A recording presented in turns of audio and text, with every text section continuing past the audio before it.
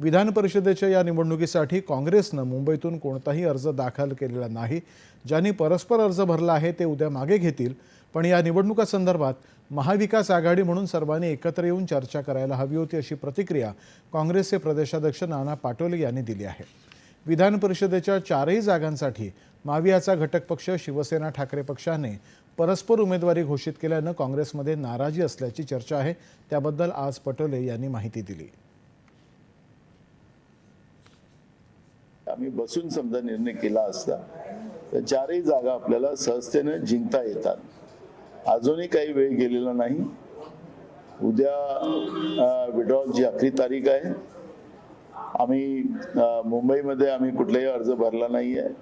काही लोकांनी अपक्ष भरला, ते जर काही आमचं तिकीट आम्ही त्यांना दिलेलं नाही आहे, ते विड्रॉल करतील वेळ आलं तर। पण